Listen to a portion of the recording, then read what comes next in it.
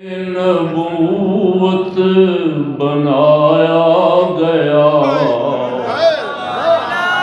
آپ کے سر پہ پھر وہ سجایا گیا تاج ختم نبوت بنایا گیا آپ کے سر پہ پھر وہ سجایا گیا نعرہ صلی اللہ کا لگایا گیا خاتم الانبیاء تیری کیا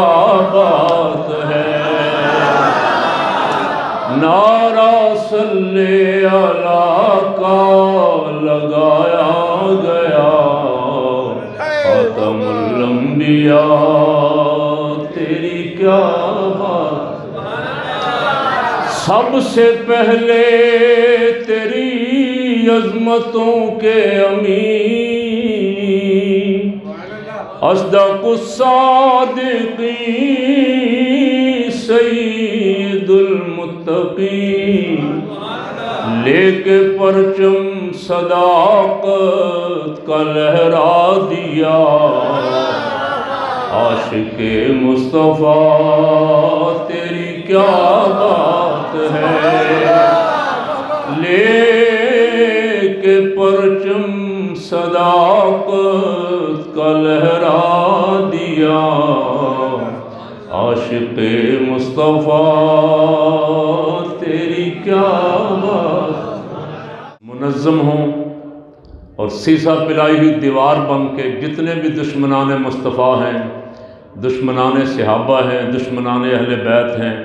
اور ختم نبوت کے منکر ہیں ان سب کا مقابلہ کریں اب میں کچھ دنوں سے اس مشن پہ بھی لگا ہوا بہت سارے حضرات سے میری ملاقاتیں ہو گئی کچھ افراد سے باقی ہیں اس لیے کہ زندگی تجربات کا انعام ہے انسان سیکھتا رہتا ہے ساری زندگی جد و جہد میں گزری ہے الحمدللہ اور میرا یہ فخر ہے کہ 1953 کی ختم نبوت تحریک چلانے والے ہمارے عظیم مجاہد اور ہیرو مجاہد ملت حضرت مولانا محمد عبدالستار خان نیازی رحمۃ اللہ علیہ اور 74 کی تحریک ختم نبوت کے عظیم مجاہد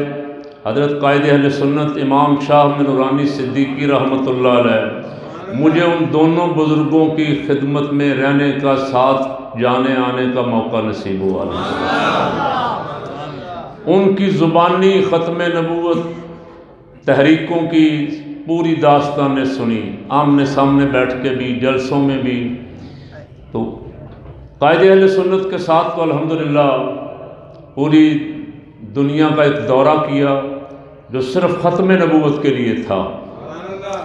امریکہ یورپ برطانیہ مختلف ممالک میں ختم نبوت کانفرنسیں کی ہم نے 2000 میں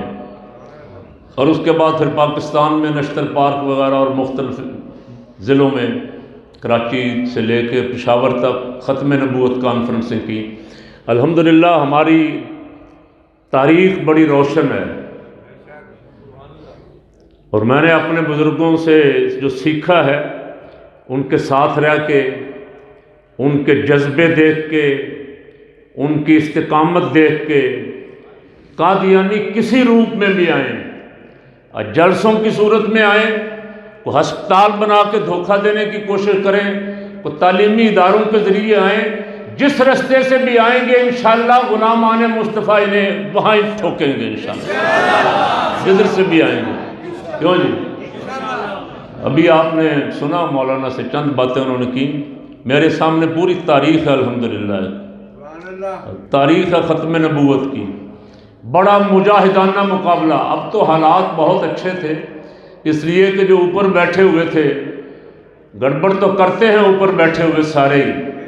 جو پہلے تھے وہ بھی کرتے تھے اب والے بھی کوشش کرتے ہیں گڑبڑ کرنے کی لیکن نوجوانوں کا جذبہ دیکھ کے پھر دبک کے بیٹھ جاتے لیکن جس دور میں ان بزرگوں نے تحریک چلائی حضرت مجاہد ملت نے اور قائد اہل سنت نے اس وقت تو قادیانی بہت بڑے بڑے عہدوں پہ بیٹھے ہوئے تھے 53 میں تو یہاں فوج آ گئی لاہور میں کرفیو لگا دیا گیا اور اعلان کر دیا گیا کہ جو آگے آئے گا گولی مار دیں گے تحریک روکنے کے لیے، لیکن قربان جائیں سرکار صلی اللہ علیہ وسلم کے دیوانے اس وقت بھی سینہ تان کے کھڑے ہو گئے۔ انہوں نے کہا حضور کے نام پہ گولی مارتے ہو تو مارو، سرکار کے نام کی تحریک چلے گی انشاءاللہ۔